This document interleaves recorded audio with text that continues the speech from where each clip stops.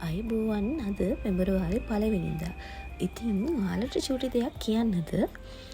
සමහර දවස් තියෙනවා කුසියට යන්නත් හිතේ ශක්තිය නැති වෙයි.